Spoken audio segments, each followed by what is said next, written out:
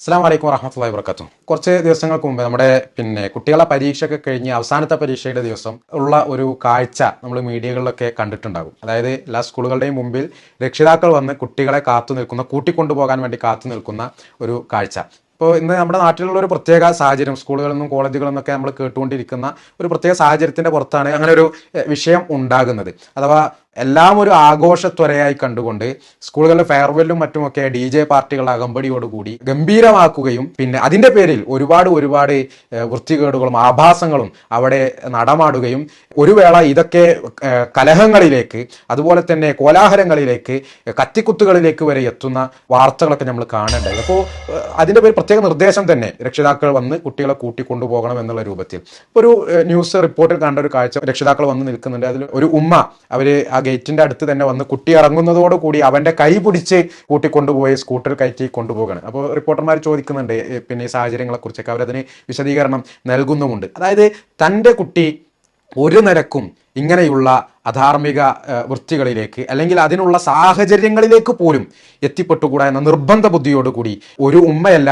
ഒരുപാട് ഉമ്മമാർ, ഒരുപാട് അമ്മമാർ, അച്ഛന്മാർ, ഉപ്പമാർ അവർ നല്ല ജാഗ്രതയോടുകൂടി ശ്രദ്ധയോടുകൂടി ഇടപെട്ടപ്പോൾ അങ്ങനെയുള്ള പ്രയാസകരമായ വാർത്തകൾ കുറേയൊക്കെ നമുക്ക് ഇല്ലാതാക്കാൻ കഴിഞ്ഞു. ഇതൊരു നല്ല സന്ദേശമാണ് നൽകുന്നത്.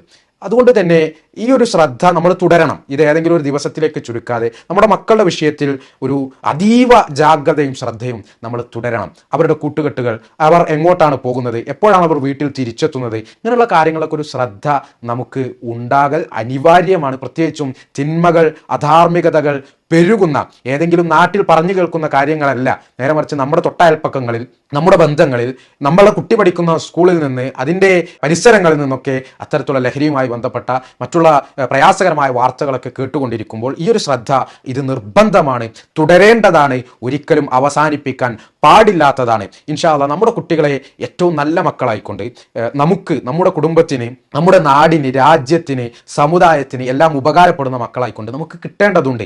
ഈ ലോകത്തും പരലോകത്തും അവർ നമുക്ക് ഉപകാരപ്പെടുന്ന മക്കളായി തീരേണ്ടതുണ്ട്. അതിന് ഈ ശ്രദ്ധ അനിവാര്യമാണ്. അതോടൊപ്പം നല്ല ധാർമ്മിക ബോധം അവർക്ക് പകർന്നു നൽകുകയും ചെയ്യുക. വിസ്ഡം സ്റ്റുഡൻസ് ഈ ഒരു ധാർമ്മിക ബോധം കുട്ടികളിൽ രൂഢമൂലമാക്കുന്നതിനു വേണ്ടി, അവരെ ധാർമ്മികതയുടെ വക്താക്കളും പ്രയോക്താക്കളുമാക്കുന്നതിനു വേണ്ടി ഒരുപാട് പദ്ധതികളാണ് അവതരിപ്പിച്ച് പ്രായോഗികവൽക്കരിച്ചു കൊണ്ടിരിക്കുന്നത്. ഇൻഷാ അല്ലാഹ് വരുന്ന മെയ് 11-ാം തീയതി പെരിന്തൽമണ്ണയിൽ വെച്ച് നടക്കുന്ന കേരള സ്റ്റുഡൻസ് കോൺഫറൻസ് അതിലെ ഏറ്റവും പുതിയ, ഏറ്റവും വലിയ അധ്യായമാണ്. ആ ഒരു അധ്യായത്തിലേക്ക് നമ്മുടെ കുട്ടിയുടെ പേരും നമ്മൾ നിർബന്ധമായും എഴുതി ചേർക്കണം. ഈ ഒരു സമ്മേളനത്തിന്റെ ഭാഗമായിക്കൊണ്ട് അവരുണ്ട്, നമ്മളുണ്ട് എന്ന് നമ്മൾ ഉറപ്പുവരുത്തുക. അള്ളാഹു തൗഫീഖ് നൽകി അനുഗ്രഹിക്കുമാറാകട്ടെ. അസ്സലാമു അലൈക്കും വറഹ്മത്തുള്ളാഹി വബറകാതുഹു. ഒരുമയാലെ ഒന്ന് ചേർന്ന് നിൽക്കുവാനൊരു ദിനം വിദ്യാർത്ഥികൾ വിളിച്ചു ചേർക്കും ധർമ്മ സമര സംഗമം.